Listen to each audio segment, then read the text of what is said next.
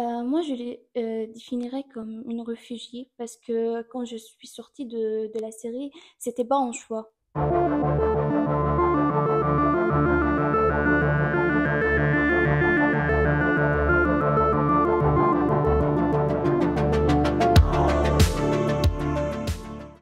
Nous sommes Perrine, Angoune et Lucas en 4e B au collège Beaumanoir. Nous participons au concours Enquête en classe sur le thème de la migration.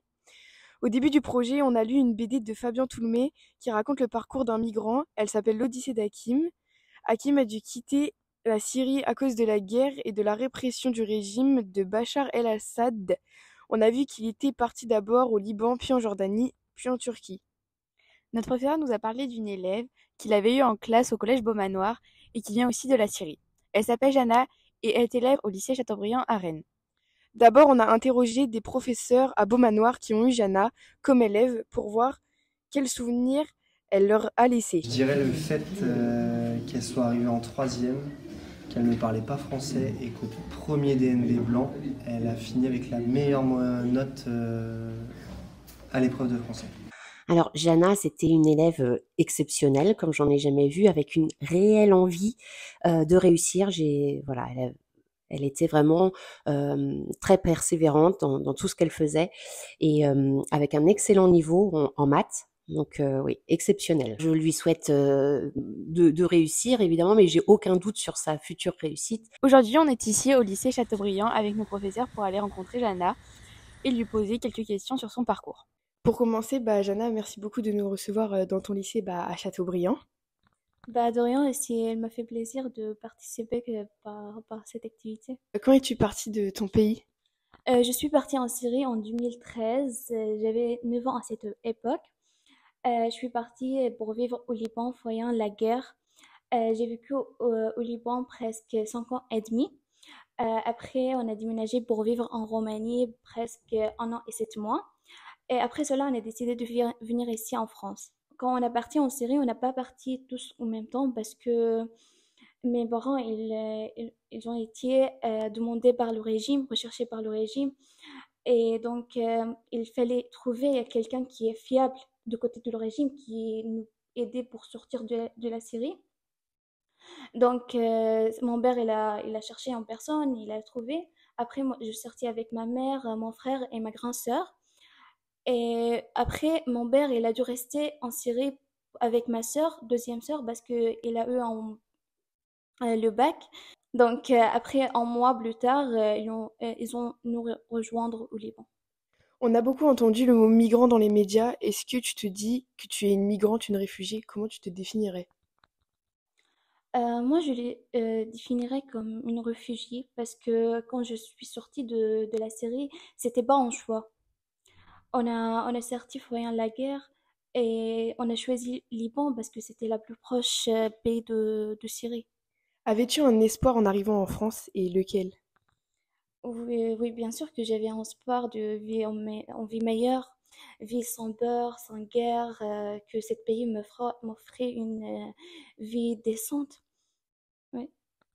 Une fois arrivée, est-ce que la France, elle correspondait à ce que tu imaginais?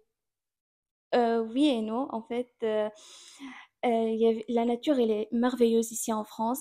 Le système éducatif, il est très très bon. Il y a aussi la modernité, il y a les immeubles modernes. Ici, en France, il y a les libertés, mais chez nous, en Syrie, il n'y a pas de liberté. La liberté, elle est supprimée. Il n'y a pas de liberté d'expression, il y a pas de liberté de faire de manifestations, parce que notre régime, il est vraiment très, très dictatorial. As-tu fait des rencontres qui t'ont aidé et des gens qui t'ont tendu la main? Oui, ici en France, quand je suis arrivée, il y a beaucoup de gens qui nous ont aidés depuis notre arrivée. Il y a des associations qui nous ont aidés à offrir une maison, tout ça. Et bien sûr, dans mon collège Boumanoir, c'était en troisième, c'était l'année la plus difficile pour moi parce que je suis arrivée en retard de presque 3 mois de l'année scolaire. Et là-bas, les professeurs, vraiment, ils ont beaucoup m'aidé. Ils ont adapté mon niveau de français. C'était vraiment trop bien. Parlais-tu un peu le français avant d'arriver? J'aimais. D'accord. Quels sont les premiers mots que tu as appris? Bonjour, ça va, comment tu vas? Combien de temps as-tu mis à apprendre le français? J'ai mis presque 1 an et demi pour apprendre le français, mais la langue, apprendre la langue ne s'arrête jamais, il est toujours en processus. Qu'est-ce qui est le plus dur dans la langue française? C'est peut-être la compréhension orale et la prononciation, parce que quand les Français parlent entre eux, je comprends pas trop parce qu'ils parlent vite, il y a des mots, il y a un vocabulaire qui est résumé, tout ça. Ici, tu travailles et tu prépares ton avenir. Comment tu le vois, ton avenir? Qu'est-ce que tu espères? En fait, ici, depuis que je suis arrivée en France, j'avais un projet à le réaliser. Je voudrais continuer mes études et devenir médecin.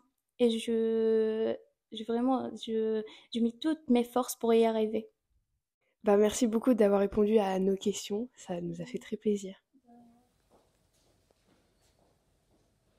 Est-ce que Jana est une élève agréable?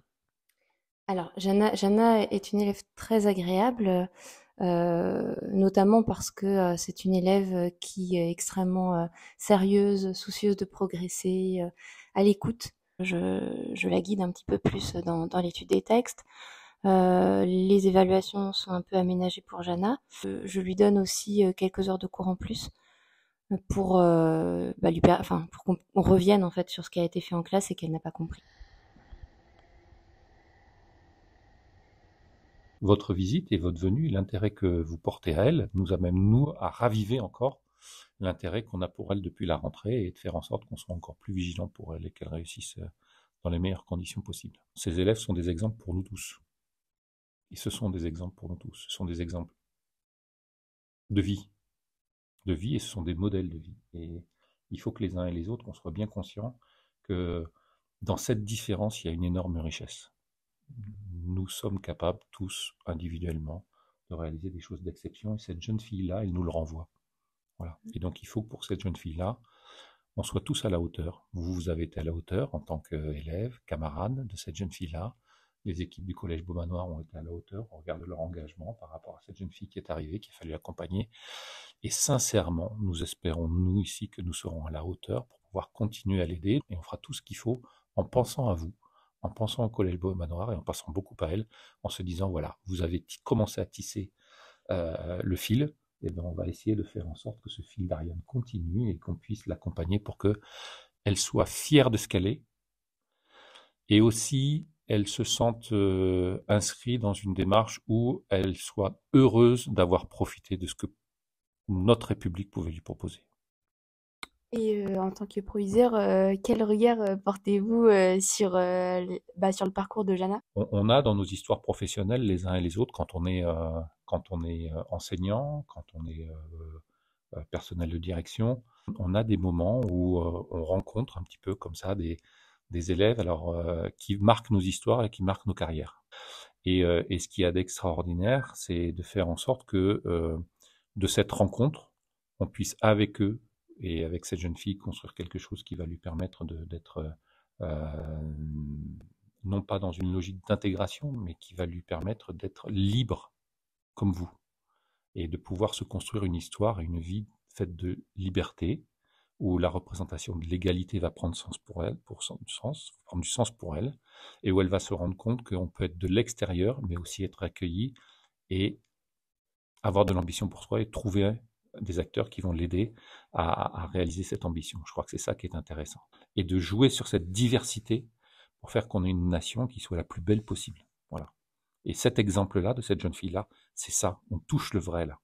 On touche vraiment le sens de ce qu'on a à faire avec chacune et chacun d'entre nous. Bah ça tourne. Pour combien?